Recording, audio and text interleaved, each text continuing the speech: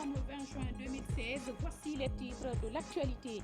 À la une, lancement ce lundi des examens nationaux sur toute l'étendue du territoire national. Au compte de l'examen d'entrée en 7e année, ils sont 188 845 candidats à affronter ces épreuves avec le slogan « Tolérance zéro ». Célébration ce 20 juin de la Journée internationale des réfugiés. En Guinée, les 4000 déplacés ivoiriens, libériens et sierra-léonais ont plaidé pour l'amélioration de leurs conditions de vie. Et puis, cette tragédie survenue ce lundi au quartier Sangoya, 3 membres d'une même famille ont trouvé la mort dans des circonstances encore inconnues. Encore une fois, bienvenue à tous. Les pèlerins musulmans guinéens vont pouvoir se rendre cette année sous les lieux saints de l'islam. L'annonce a été faite hier par le président de la République aux imams et leaders religieux de Conakry. Après 2 ans d'absence pour cause d'Ebola, professeur Alpha Condé a annoncé l'acceptation du royaume d'Arabie Saoudite à recevoir les pèlerins guinéens à la Mecque pour accomplir ce 5e pilier de l'islam. Mohamed Lamine Souma.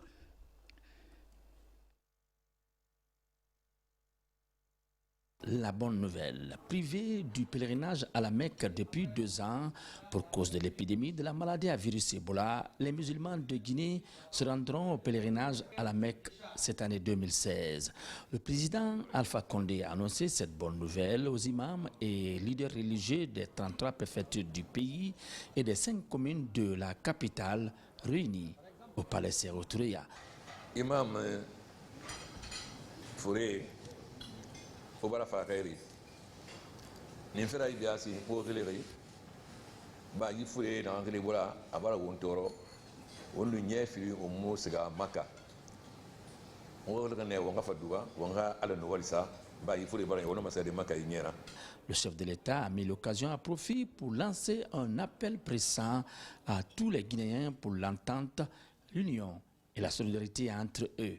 Professeur Alpha Condé a annoncé que le gouvernement va promouvoir la mise en valeur de 200 000 hectares d'anacardier, la culture de l'arachide, du palmier à huile, de l'éveilla, du caféier et de la pomme de terre afin que la Guinée développe son agriculture.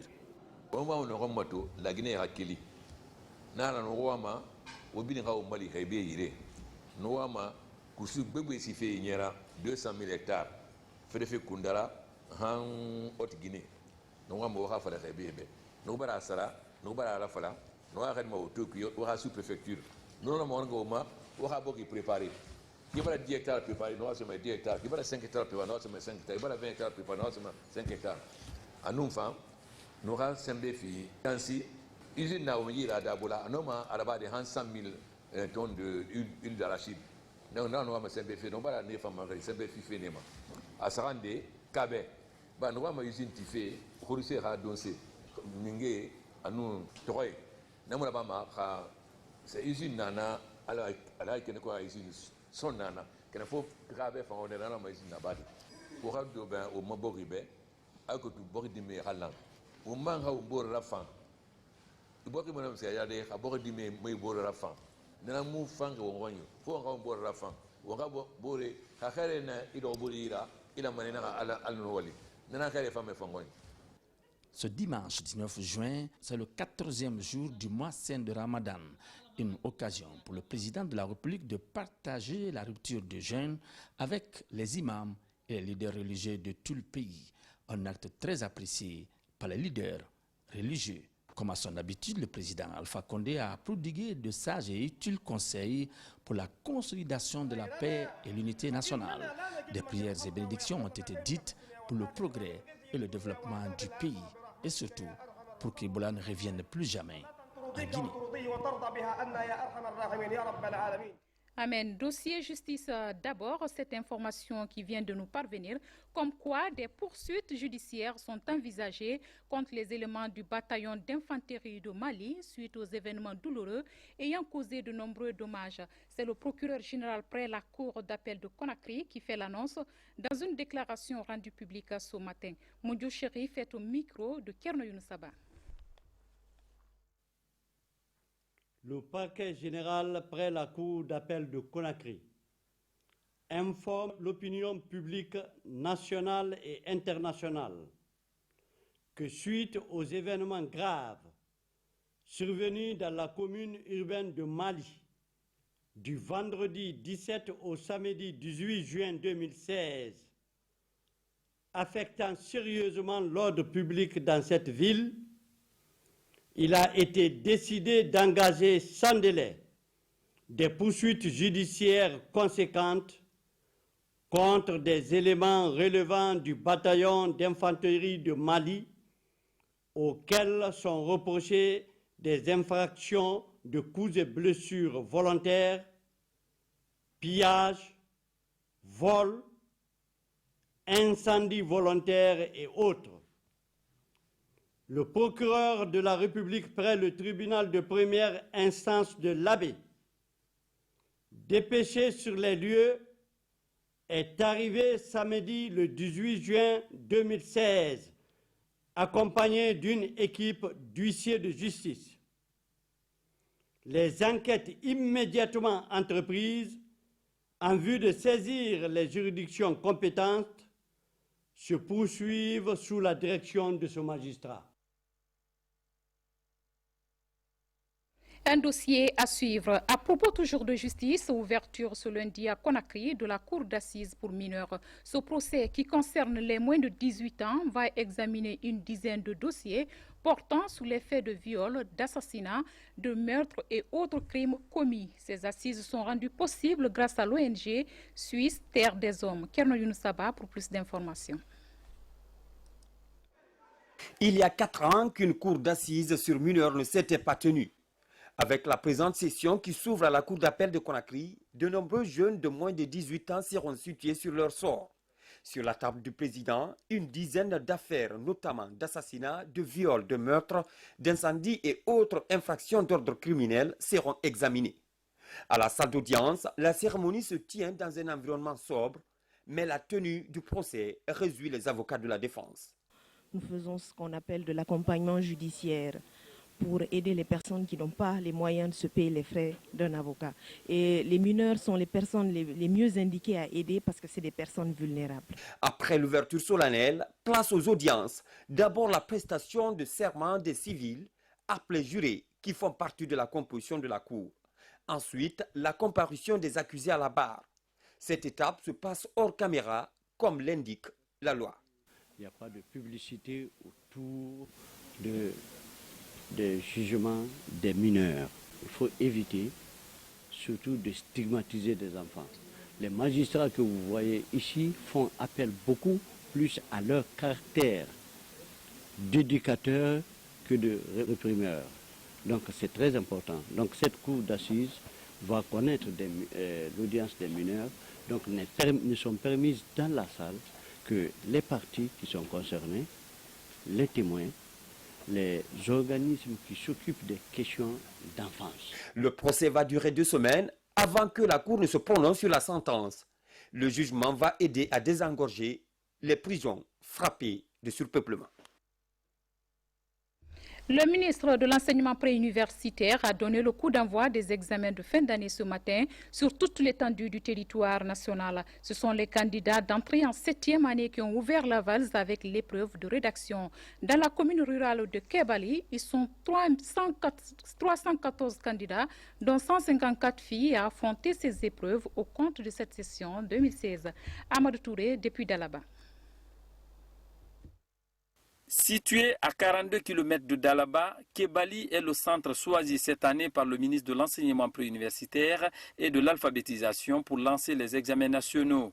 Pour l'entrée en 7e année, la sous-préfecture a présenté 314 candidats, dont 154 filles.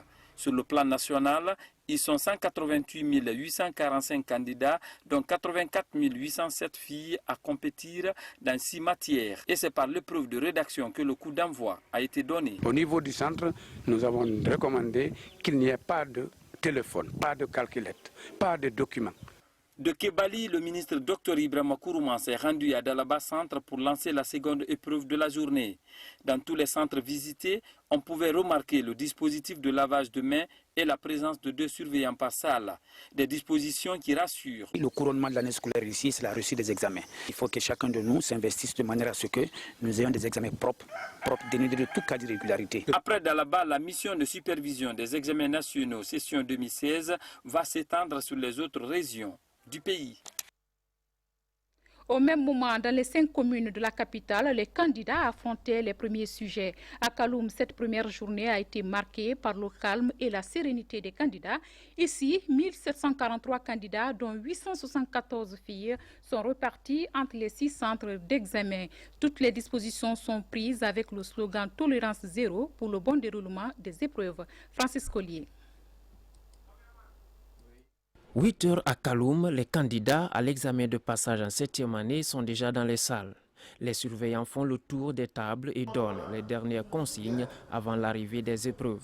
Ici à Kaloum, tous les candidats approchés se disent prêts à aborder les différentes épreuves avec sérénité. Je suis prête pour affronter l'examen, pour passer en 7e année, être comme mes amis qui sont en 7e année, qui portent la tenue kaki et enlever la tenue carolée maintenant, parce que j'ai révisé.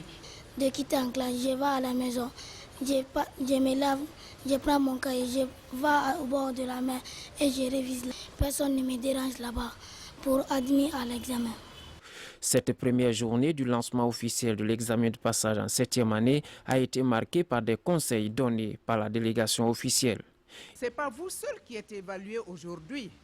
Vous avez vos enseignants qui sont évalués, vous avez vos encadreurs qui sont évalués, parce que les résultats qui vont sortir de là, c'est ça qui va montrer la performance de l'éducation à la base, l'éducation guinéenne de base.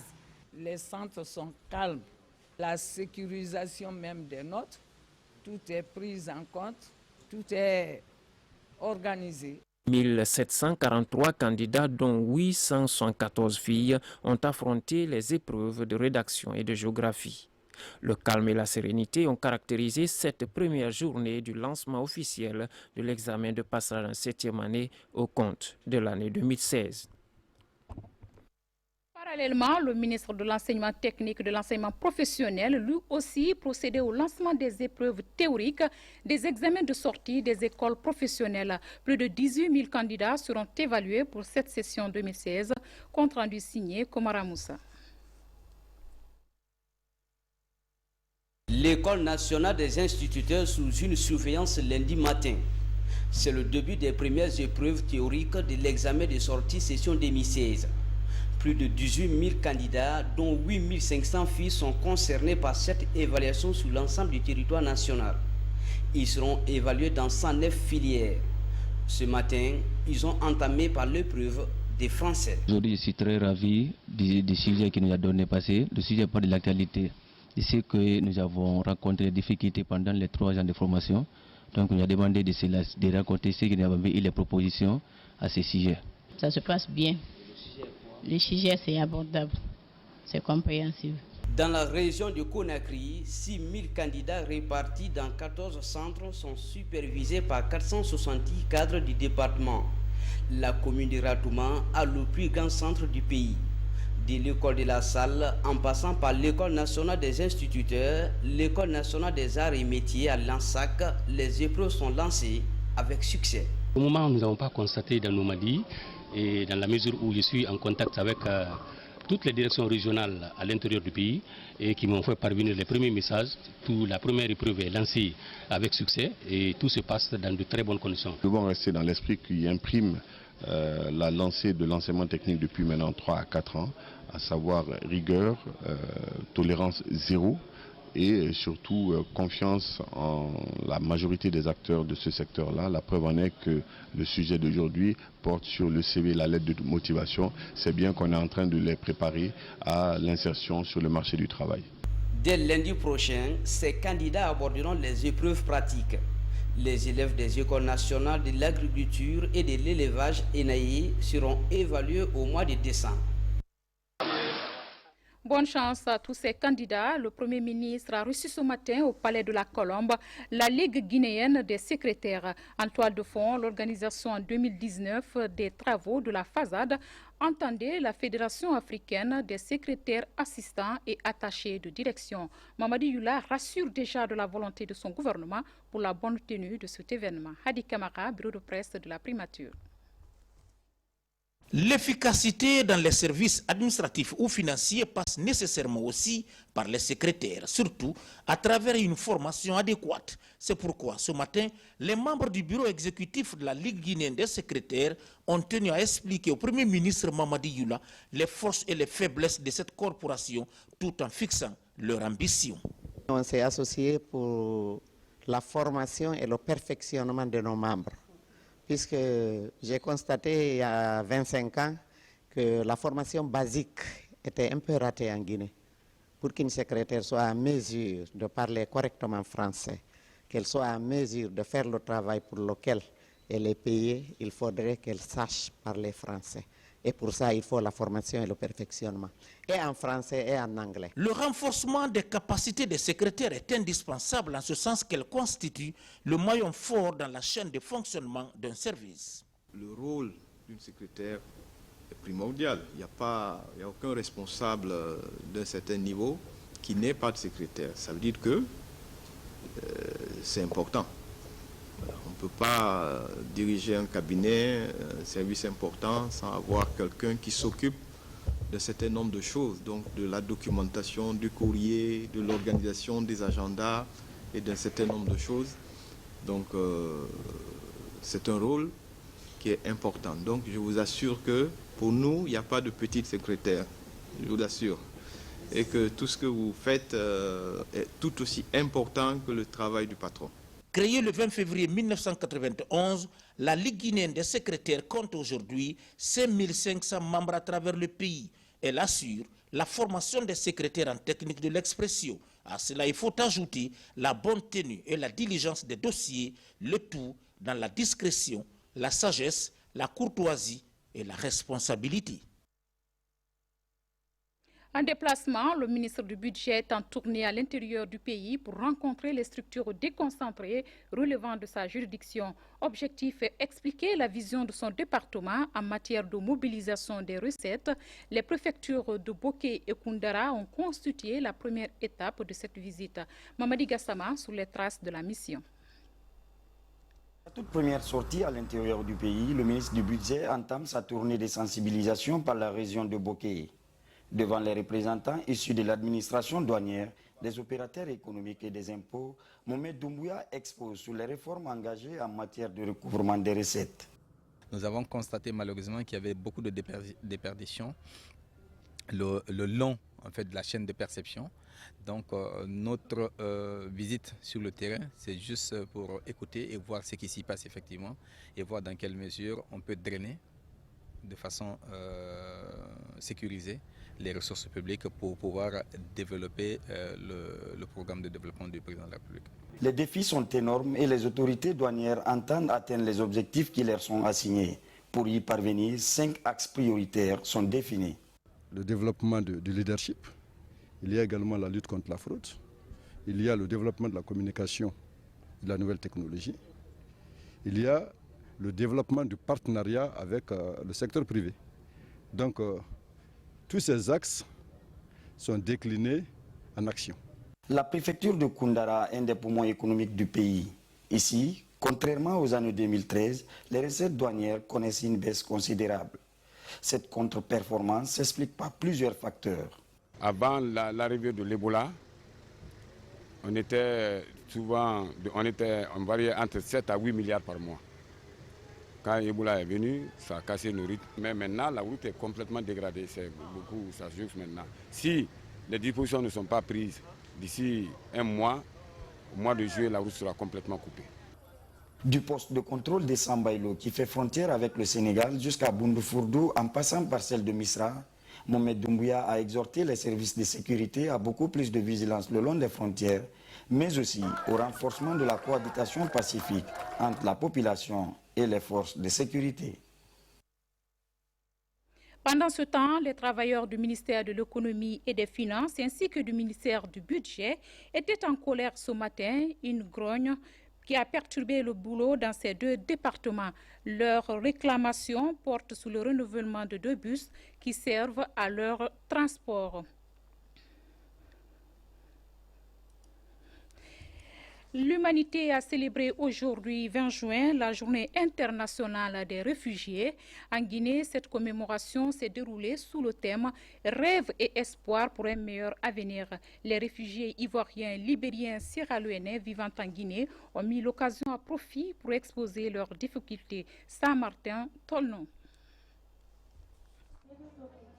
À Conakry, ils sont des centaines de réfugiés ivoiriens, libériens et sierra-léonais à prendre part à la célébration de cette journée. Pancarte en main pour certains, banderoles rouges attachées autour de leur tête pour d'autres, ces réfugiés exposent leur mécontentement pour de nombreuses difficultés auxquelles ils sont confrontés. Le HCR, en milieu urbain, n'assiste que sur le plan médical. C'est tout.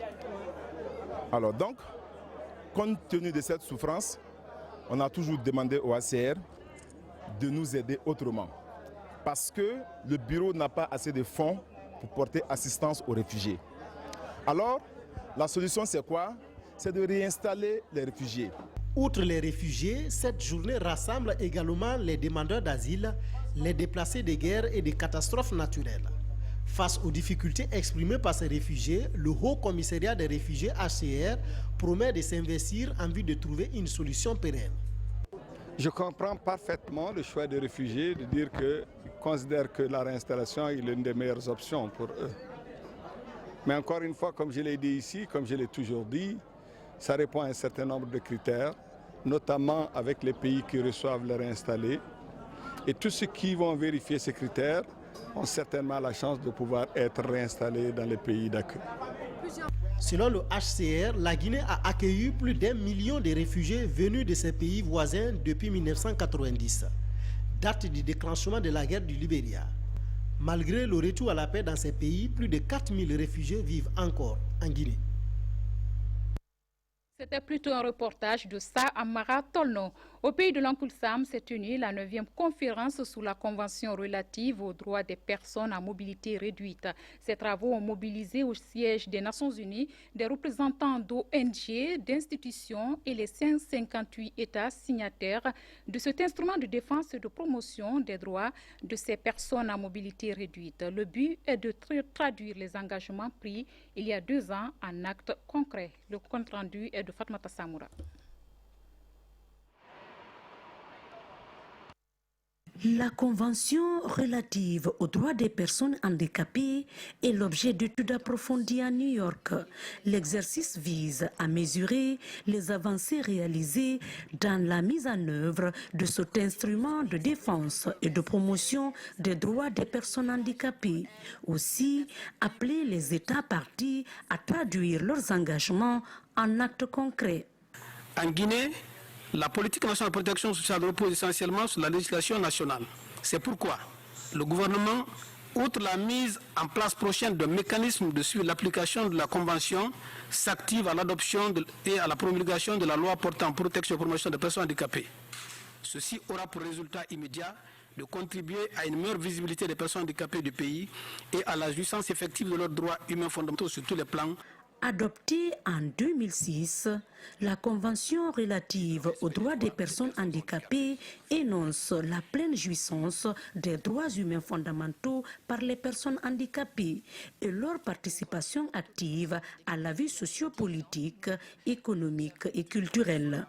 En Guinée, cela est matérialisé par des actions destinées à promouvoir et à garantir le plein exercice des droits et des libertés fondamentales des personnes handicapées. La prise en compte de la protection des personnes handicapées dans la Constitution à l'article 19, le recensement de toutes les personnes handicapées mendiantes sans abri de la ville de Conakry, qui a permis d'assister plus de 300 personnes à travers l'octroi d'un modeste pécule de 10 millions de francs guinéens afin de leur permettre d'entreprendre une activité génératrice de revenus. L'engagement à la fonction publique de 100 personnes handicapées diplômées. Outre l'existence des écoles de sourds et d'aveugles, on peut citer la mise en place d'une salle d'informatique avec des logiciels adaptés aux aveugles et malvoyants et une autre à l'école des sourds-muets. Plus qu'un simple problème de santé, le handicap est un phénomène complexe. Il touche plus d'1 milliard de personnes dans le monde, des personnes généralement à la santé fragile et qui méritent un traitement équitable au sein de la société. Puis cette triste nouvelle qui met le pays sous le choc, à Sangoya Fassa, dans la commune de Matoto, 3 membres d'une même famille ont perdu la vie dans des circonstances non encore élucidées. Les 3 victimes ont été retrouvées mortes dans la maison familiale. Pour l'heure, la Croix-Rouge et les médecins légistes poursuivent les enquêtes pour déterminer la cause du décès. Abdulaziz Baldé, Valérie Tali. C'est une tragédie qui bouleverse les populations de Sangoya Fassa. Elles se sont réveillées ce lundi avec 3 morts enregistrés au sein d'une même famille vivant sous le même toit. Il s'agit de Jacob Sawyer, 42 ans, père de famille, sa femme Elisabeth Tenkiano, 33 ans, et leur deuxième enfant de 2 ans. Pour le moment, difficile de trouver une explication rationnelle à ce drame. Moi, je ne sais pas. On n'est pas rentré, et puis on m'a dit qu'il y a un groupe électrogène hier, et que c'est ce qui s'est passé. Et maintenant, ils ont été certainement asphyxiés par la fumée. Certainement. Pour le moment, il n'y a pas le diagnostic, je ne peux pas dire, parce que je suis médecin, je ne sais pas. On ne l'a pas encore vu, et puis le médecin légiste ne l'a pas encore vu. Et la police nous a demandé qu'on attende jusqu'à ce que les autorités arrivent avant de faire quoi que ce soit. Depuis samedi soir, cette famille Sawyer est restée sans nouvelles. Les portes de la maison sont fermées de l'intérieur. Ce lundi matin, des voisins ont défoncé la porte et ont découvert l'horreur. J'appelle des numéros, ça ne passe pas. J'ai dit aux filles, j'ai dit aux voisins de casser la maison. Je ne sais pas s'ils ont cassé. On va prendre les gens pour aller casser. Le moment que je descendais maintenant avec ma maman, on a vu les gens qui criaient ici. Je dis, qu'est-ce qui se passe? On dit qu'ils sont tous morts. Je dis, mais pourquoi je n'ai pas passé la journée hier ici pour sauver ma copine? On a l'habitude de partir ensemble. Chaque matin au travail. Il y a ma voisine, Lucie, qui m'a attiré l'attention. Elle dit, toute la journée du dimanche, ils n'ont pas vu la famille Sawyer. Ça m'a tiqué. Je suis revenu dans la maison, j'ai tapé encore la porte, il n'a pas ouvert, je suis allé à la fenêtre. J'ai tapé la fenêtre, il n'a pas répondu. J'ai appelé, le téléphone sonne, il ne décroche pas. Sonne, il ne décroche pas. Finalement, j'étais obligé de venir. J'ai défoncé la porte, je suis rentré à l'intérieur de la maison, j'ai trouvé Jacob Sawyer couché sur le lit avec sa petite fille qui avait du mal à respirer. Donc Jacob, vérifiant, prenant son pouls et mettant le doigt sous le nez pour voir s'il respire, ne respirait pas. C'est la petite que j'ai pris dans mes bras. Maintenant, le petit garçon de 2 ans, j'ai entendu qu'il était en train de crier.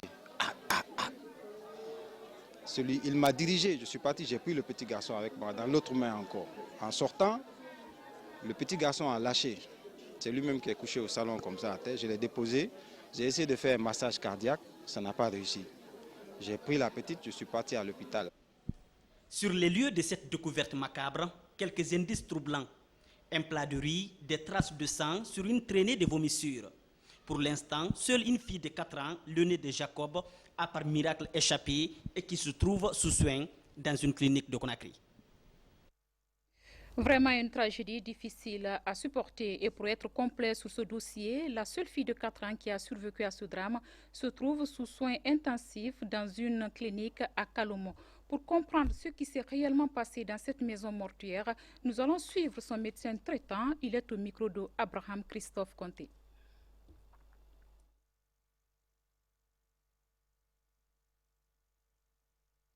C'est une fillette de 5 ans qui nous a été référée par le service de neurologie sous ordre du médecin légiste. Et nous avons reçu avec un diagnostic d'une intoxication au monoxyde de carbone. C'est un gaz très toxique et qui va amener une asphyxie. Donc nous l'avons reçu.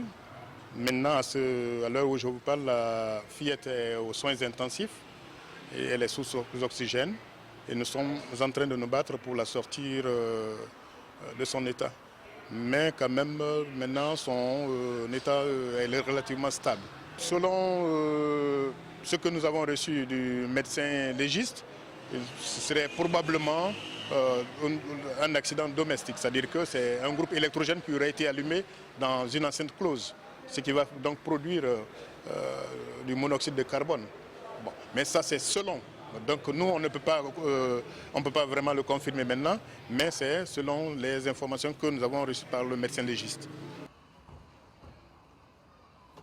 Les enquêtes se poursuivent donc. C'est avec cette tragédie que nous fermons ce journal. Grand merci à vous de l'avoir suivi et passez une excellente soirée. À demain.